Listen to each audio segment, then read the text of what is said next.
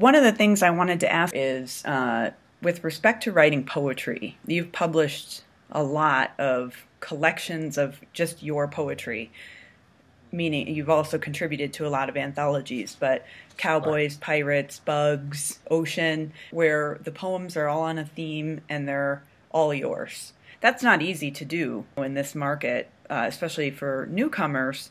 I'm wondering, do you simply, over a period of time, start rifling through all of your poems to see if there's any theme that you might build a collection around? Or does the tail wag the dog and say, an editor says, we want a book of poems about cowboys and can you write one? Which is easier, which is more difficult? You know? Julie, the Pirates came to me. Stephen Roxburgh was the publisher at that time at Boyd's Mills Press, and he was also my poetry editor.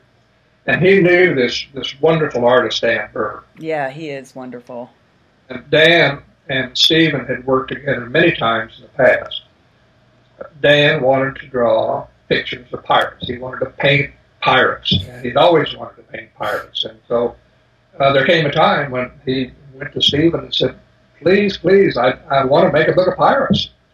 Stephen called me and he said, I've got this incredible artist and he's just dying to do a book of pirates. He said, would you consider writing poems to go with, working with him to do the book of poetry about pirates? And so I did, and we got along wonderfully well and became friends. And it was a great partnership because I would bounce ideas off him about, can you draw pictures to this idea in my head? Or he would come back to me and say, well, I've got this picture I want to do. Can you write a poem to that? So that was a most unique experience. I've never had it before or since. Then we had so much fun. We decided we weren't finished being partners. We began to brainstorm about something else we might do. And I threw out, among other ideas, cowboys. And he said, well, heck, I am a cowboy. So I live on a ranch. I raise cattle when I'm not teaching art or doing my work. And he said, my neighbors are all cowboys, and we brand together and all that. So cowboys became a very natural follow-up to pirates. But on that one, we had to go back to the publisher and say, well, we have another book we want to do. And the publisher had to agree. By then, Stephen was gone and somebody else was there. But what I learned a long time ago is that you have to have a theme. You almost always have to have a theme. Now, there are some exceptions out there, the sort of eclectic collections of poems.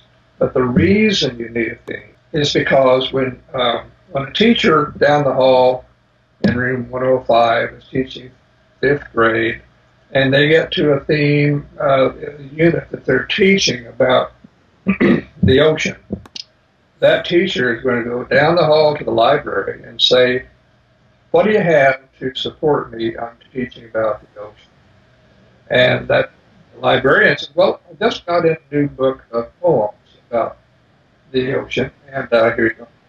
So there's that need in the educational part of this equation to have a theme that will support the curriculum.